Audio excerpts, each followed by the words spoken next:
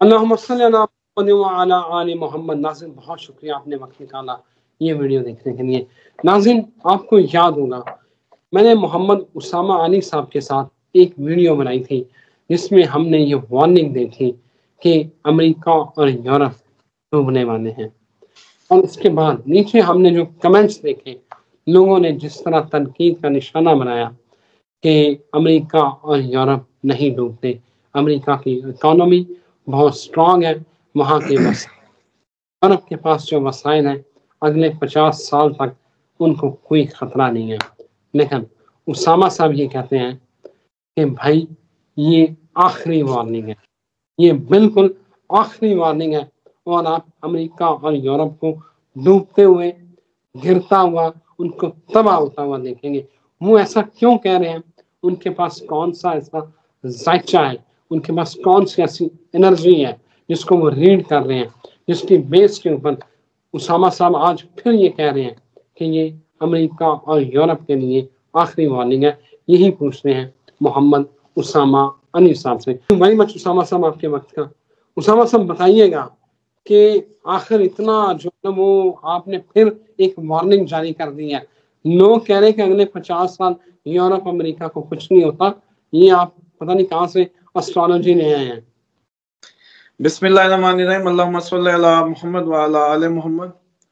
देखें, मैं अब इस्लामाबाद मूव हुआ हूँ ना, पता लगा है कि इधर मरकज है जल्जलों के, बल्कि हमें रूटीन में कोई लोगों से पता चलता है झटके, लेकिन अब दिल कहता है कि नहीं नहीं नहीं, ऐसा कुछ नहीं होगा। हालांकि मार्स और सैटर्न का कंजंक्शन लगा हुआ है। 23 अप्रैल तक दुनिया में जल्जले, तूफान, खुदाई आफात, अमेरिका खसूसन उसका वो रहेगा टारगेट इन सब चीजों का मैक्सिमम, लेकिन बाकी भी दुनिया अफेक्ट होने जा रही है। ये मार्स ने निकलना 23 अप्रैल को, तो जान थोड़ी सी इजी होगी, लेकिन उस वक्त तक जब तक ये मार्स सैटर्न इकट्ठे कंजक्ट कर रहे हैं ना, बल्कि मैं वो एक प्रोग्राम में आपके वो दोस्त है चौधरी गुलाम हुसैन साहब, वो भी जिक्र कर रहे थे कि जी आपने अपनी प्रेडिक्शंस में ना मार्स और सैटर्न को इकट्ठा भूल गए हैं, इसके इम्पैक्ट नहीं वो किए प्रेडिक्ट। भाई मसला ये है कि आपकी गुफ्तगू सियासी, सारे दुनिया की पॉलिटिक्स की बात कर रहे हैं, इंटरनेशनल इकोनॉमी की बात कर रहे हैं। जल्जले जुल्जले किसको याद है? ना कोई पूछ रहा, ना हम, फिर हमारा फोकस भी नहीं है कि भाई जल्जले बताते रहो, वरना जल्जले तूफान ये 23 अप्रैल तक बड़ा कुछ एक्सपेक्टेड होगा हर तरफ ही, ये इससे कोई बार नहीं है। अब आ जाए कि जो आपने जिक्र किया सर कि किस बुनियाद पे, वो भी बुनियाद भी पहले बताता हूँ, लेकिन पहले तो ये इनकारियों को ये दलील दे दूं कि अभी भी मेरा भी दिल करता होता है कि मैं आंखें बंद कर लूं, क्योंकि अब मैं इस्लामाबाद आ गया हूँ। समझ रहे क्या? बस अब जो भी फोरकास्ट है अल्लाह करे गलत ही हो जाए है। लेकिन मसला ये है कि ये जो सूरज गिरन की जो एनर्जीज हैं, जो अब इम्पैक्ट आना है पूरी दुनिया पे, सबसे ज्यादा अमेरिका पे, उसके बाद ये भी रशिया और आपके मिडल ईस्ट, और हम सब भी इफेक्ट ही हैं, लेकिन अमेरिका नंबर 1 पे है। लेकिन इसमें होना क्या है, इसमें दो चीजें जो नजर आ रही हैं। प्यूटन चढ़ जाएगा यूक्रेन पे और यूक्रेन के एरियाज कब्जे में लेगा और ज्यादा, ये पहले जितने के लिए थे ना और ज्यादा। उसके नतीजे में इन लोगों ने जो कोई 1, 2 और 3 मुल्क आएंगे यूरोप के इन्वॉल्व होते, और ये बात फिर बढ़ जाएगी और सर्वाइवल की वो टाई बन जाएगी जो इजराइल के लिए या ईरान के लिए इस वक्त बन चुकी है। इजराइल नहीं मारता तब मरता है, मारता है तब मरता है। ईरान अब बदला ले ना ले, दोनों सूरतों में मरता है। क्यों? वो बार बार इसी के बंदे मार देते हैं, शाम में अटैक कर देते हैं। ये पीछे बैठ के खेलने के चक्कर में था, इसको अब आगे आना ही आना है। ना ये टल सकता है ना वो टल सकता है। सेम ये प्यूटन के लिए जो मैंने कहा था ना, प्रवोक कर देंगे उसको, तो ये उसको प्रवोक करके रहेंगे। प्लस उसमें एक चले निशानी ले ले। देखिए, हमें तो अगर खुदा ताला आप लोगों का या मखलूक की खिदमत नहीं लेनी ना हमसे, तो नहीं लेनी। अगर लेने का इरादा कर लिया है तो इज्जत भी दे रहा है, नाम भी दे रहा है, प्रेडिक्शन भी ठीक हो रही है, कई लोग शिफायाब हो रहे हैं, जो अंडर ट्रीटमेंट है वो चल रहे हैं, खुद देख रहे हैं, आके लिखें इधर, बताएं लोगों को। एक तो इनमें मोहब्बत खत्म हो गई है। हमें तो बचपन में एक चीज किसी से मिल जाती थी, हम 10 लोगों को बताते थे कि यार इसकी भी जिंदगी बेहतर हो जाए या इसका भी मामला हल हो जाए। यहाँ अगले को बता ही नहीं रहे, पहली बात फैला ही नहीं रहे, हालांकि किसी का फायदा हो जाए। हमारे तो हर किसी के 4 दिन ही होते हैं जिंदगी के, ना इज्जतें ना शोहरतें, ये दवाम बख्श नहीं है कि ये इनको दवाम होता है। ये 4 दिन है स्टेज पे, कभी कोई आया कभी कोई आया कभी कोई गया, ये दुनिया यूं ही चलती रहेगी। लेकिन अब वो दुनिया का एंड भी था, हमारा नसीब, हम उसके वो जैसे कहते हैं वो लॉर्ड ऑफ डूम मशहूर होना था हमने, तो वो हो गए डूम डे पंडित। तो बात ये है भाई कि ये जो अब 15 अप्रैल तक अगर प्यूटन फड़का, बड़े चांस होंगे कि 15 अप्रैल तक प्यूटन आपको वो कर दे। अगर चलो मैं गलत सही छोड़ दो, 15 अप्रैल तक अगर प्यूटन ने इस मामले को एक्सलरेट कर दिया या कोई और मुल्क इसमें इन्वॉल्व हो गया, फिर अपनी तैयारी कर लेना। चलो टिकटों के पैसे पहले ही का अकाउंटों में रखा करो, स्टूडेंट्स भी हैं, हम खुद किसी दौर में स्टूडेंट रहे हैं। वो क्या कहते हैं, पाकिस्तान आना ही इतना मुश्किल दुनिया का काम है। फुप्पो की बेटी, खाला खाला की बेटी, चाचा चाचे की, उसका उसकी वो, और भाई एक वो महीने की तनख्वाह गई, दूसरा इतना बड़ा बैगों का बंडल गिफ्ट्स का लो, उसके बाद टिकट लो, फिर आओ। अब ये आसानी होगी कि तोहफों का तो आपके पास जवाब होगा कि भाई हम नहीं ला सके क्योंकि हम इमरजेंसी में आए, पहली दफा सुकून से आओगे। लेकिन टिकट के पैसे जेब अकाउंट में लाजमी होने चाहिए। अगर मामला बढ़ता है तो फिर आए बाएं शाये नहीं चुप करके फ्लाई करके इधर आ जाना। इधर इतना बड़ा खुला खाता है कि यहाँ हम जंगल भी अवेलेबल है, क्योंकि देखिए जंगी हालात में लोगों से सबसे ज्यादा लोगों को खतरा होता है। जब कोरोना आया आपका, अमेरिका में सबसे ज्यादा असला बिका, और ये जो इलाके, ये ममालिक इतने से तो हैं, उनमें सारी आबादी उसने आपस में एक दूसरे को लड़ना मरना जब इस तरह की अनरेस्ट हुआ, तो इसलिए बस चुप करके आ जाएंगे, इधर थर को आबाद करेंगे। जैसे हमने वो इको मॉडल सिटी निकाला है प्रोजेक्ट इंशाल्लाह फ्यूचर का, उसमें मट्टी छानेंगे, ना कोई उधर बम लगे ना कुछ। दूसरी बात ये है कि सर यूरोप वालों के लिए तो ये आखिरी वो निशानी के तौर पे इस बात को ले लें कि 15 अप्रैल से पहले अगर प्यूटन तेज हो गया तो मेरी बात पे फिर अमल कर लेना, वरना ना करना। अल्लाह के फिर अल्लाह ताला को भी आप लोगों की मदद का या आप लोगों को अलर्ट करने का अगर कोई वसीला मुझे बनाना था तो बना देगा 15 से पहले, और आप लोग इस निशानी के तहत हिदायत पा जाएंगे। और अगर आपको ये नहीं मंजूर, खुदा को ये नहीं मंजूर, तो नहीं होगा। हम कौन सा कोई अल्लाह माफ करे कोई जिब्राइल से डायरेक्ट कोई लाइनें कुंडे डाल के बैठे हैं। यही है कि कोशिश ही आप लोगों की मोहब्बत में कि इंसानियत को जितना ज्यादा अवेयर कर सकें टाइमली, तो बस। तो आपको लगता है कि यूरोप, अमेरिका के साथ यूरोप भी कोलैप्स होगा? डेफिनेटली सर, इनकी तो अभी से देख लें, एक रशिया यूक्रेन जंग शुरू हुई है, इनकी एनर्जी क्राइसिस, इनकी ऑयल प्राइसेस, इनके एहतजाज, लंदन के जो मुलाजमीन है तनख्वाहों के, इनकी तो लाइफ इससे जैसे एनर्जी से फौरन डिस्टर्ब हो गई। हम भी तो हैं, ऐसा बेहतरीन मुल्क है, तबाहकुन हद तक हमारे हालात दिन ब दिन खराब। हमारा डॉलर कभी 50 पे गया, फिर 60 पे, फिर 100 पे, फिर 180, फिर 240। भाई मुझे लगता है 1000 पे भी चला जाए तो बेफिक्र रहें। यही सारी जो है आपकी लोग वही दोबारा कभी पूछा भी नहीं कि हाँ भाई तू डॉलर को कैसे नीचे लाएगा, तूने तो खुद 80 का जंप दिया था, या तूने तो खुद। लेकिन मसला उन मुल्कों का, वो जरा सा भी बर्दाश्त नहीं कर पाते। क्यों? क्योंकि उनकी जीडीपी डिपेंडेंट जो है वो हमारे तो इतनी एग्री है, इतना जरिए मुल्क है, 70% खा पी लेते हैं, आधी आबादी तो आपकी चटनी और वो उससे ही गुजारा कर लेती है, दही आबादी।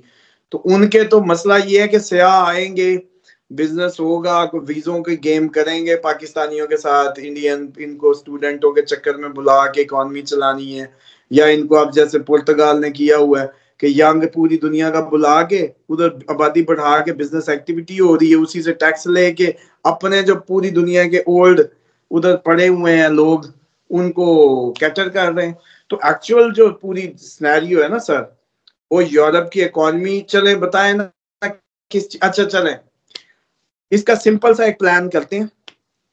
हमने तो गुस्सा नहीं करना, हमारे तो हैं भाई, बेटे, बहनें, माएँ, सब हमारे हैं, वी लव देम ऑल। हम एक एक प्रोडक्ट उठा लेते हैं जर्मनी की जो वो प्रोड्यूस कर रही है, एक एक फ्रांस की उठा लेते हैं, इटली जो इनके मेजर कंट्रीब्यूटर हैं, या स्कैंडिनेविया की उठा लेते हैं। नोकिया गया फिनलैंड का, अब किधर है?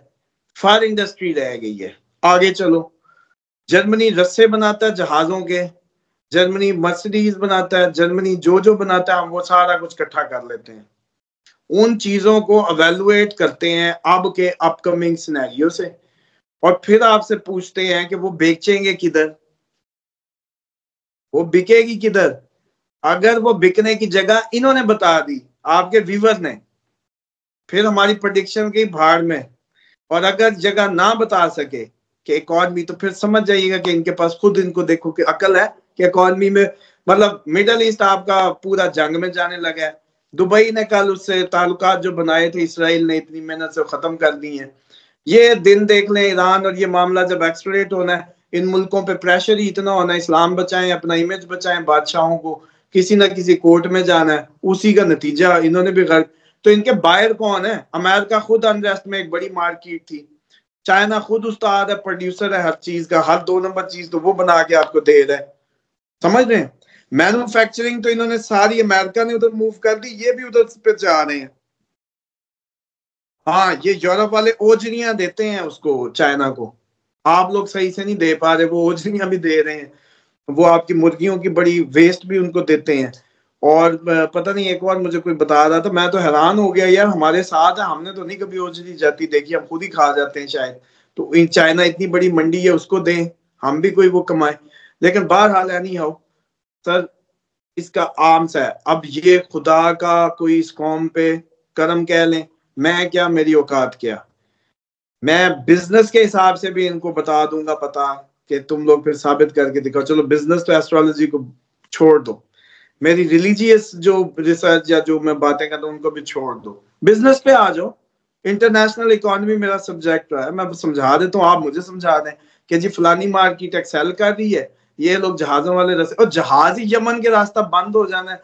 स्वीडन, ये जो आपका यमन ने अभी मारे थे, अब गुजारे ना उधर से इंश्योरेंस कंपनी, ईरान वाले रास्ते से आए ना, आपकी स्विस नहर, ये सारी मामला, ये अभी तुर्की के अंदर तैयब कमजोर हो रहा है, वो उसको सेकुलर उसकी तरफ जा रहे हैं, ये अजीब गिडमिड खिचड़ियां पकनी, अभी देखें तो सही।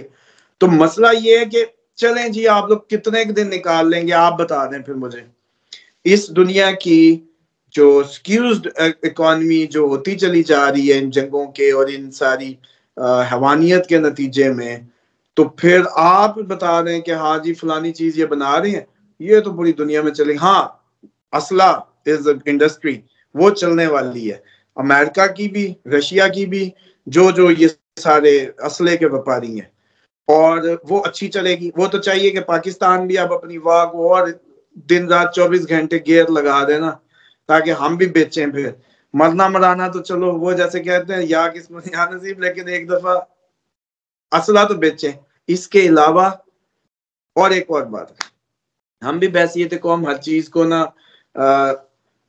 डिस्ट्रक्टिव वे में ले जाते हैं। मैं समझता हूँ ये गलत बात है, आप गलत है, मैं गलत, दोनों भी गलत हो सकते हैं, दोनों भी सही हो सकते हैं। पॉसिबिलिटी और प्रोबेबिलिटी पे अगर बात करें, ये पॉसिबल है। सर एक हेल्दी डिबेट क्यों नहीं हो सकती? इस कमेंट में आके टाइम जाया करते हो, अगर नहीं पता लगता कि प्रेडिक्शन नहीं ठीक हुई, चलो भाड़ में, जो आते क्यों हो? हराम समझते हो तो ये देखना भी हराम है। प्लस पॉजिटिव क्यों नहीं हो सकता? आप स्टूडेंट है, आप काम करें, आप बल्कि कई मुझे पूछ रहे होते हैं कि रिसर्च प्रपोजल बता दें अगला अपकमिंग MBA का, उसका मैंने उस पे करना है, पूछते हैं। मैं आपको कह रहा हूँ कि आप लोग ये जो है, ये जो मैंने आपको लाइन ऑफ एक्शन दी है, जर्मनी की प्रोड्यूसिंग उसकी प्रोडक्ट्स उठाएं जो वो एक्सपोर्ट कर रहा है, किस किस मुल्क को दे रहा है, उससे हिसाब लगा लें। आप इसकी निकाल लें जो इटली की, इटली क्या निकालेगा? जूता निकल आएगा, लेदर निकल आएगा आपका। ये वो फ्रांस की निकाल ले, परफ्यूम से लेके ये बैग हो गए और थोड़े से ब्रांड हो गए, ये लग्जरी लेविश, ये जंगों में लग्जरी लेविश चलने लगी है, चला दीजिएगा।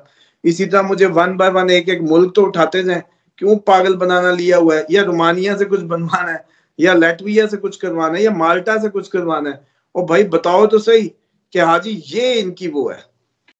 उस पे बात का भी मजा आए कि जी मैं रिसर्च स्टूडेंट हूँ PhD का, मैं आपकी मदद कर रहा हूँ, ये बता रहा हूँ। कौम के हाथ मजबूत करें हम एक दूसरे के, बजाय इसके कि हम उसमें टांगे खींचने लगते हैं। इसको प्रोडक्टिव वे में हम लोग, एक नई दुनिया की जरूरत है कि आप हम सब एक दूसरे की मदद करें इन अ वे कि हम इस दुनिया को इस खतरे से, इस सारी जाती हुई सिचुएशन से निकालें। ओके, बहुत शुक्रिया उसामा साहब, thank you very much. Europe और अमेरिका में रहने वाले लोगों ने यकीनन ये वीडियो देखनी होगी और समझ भी नहीं होगी। मेरा ख्याल है आप कुछ कहना बनता नहीं है, इजाज़त दीजिए, तैयारी करें। अल्लाह हाफिज़।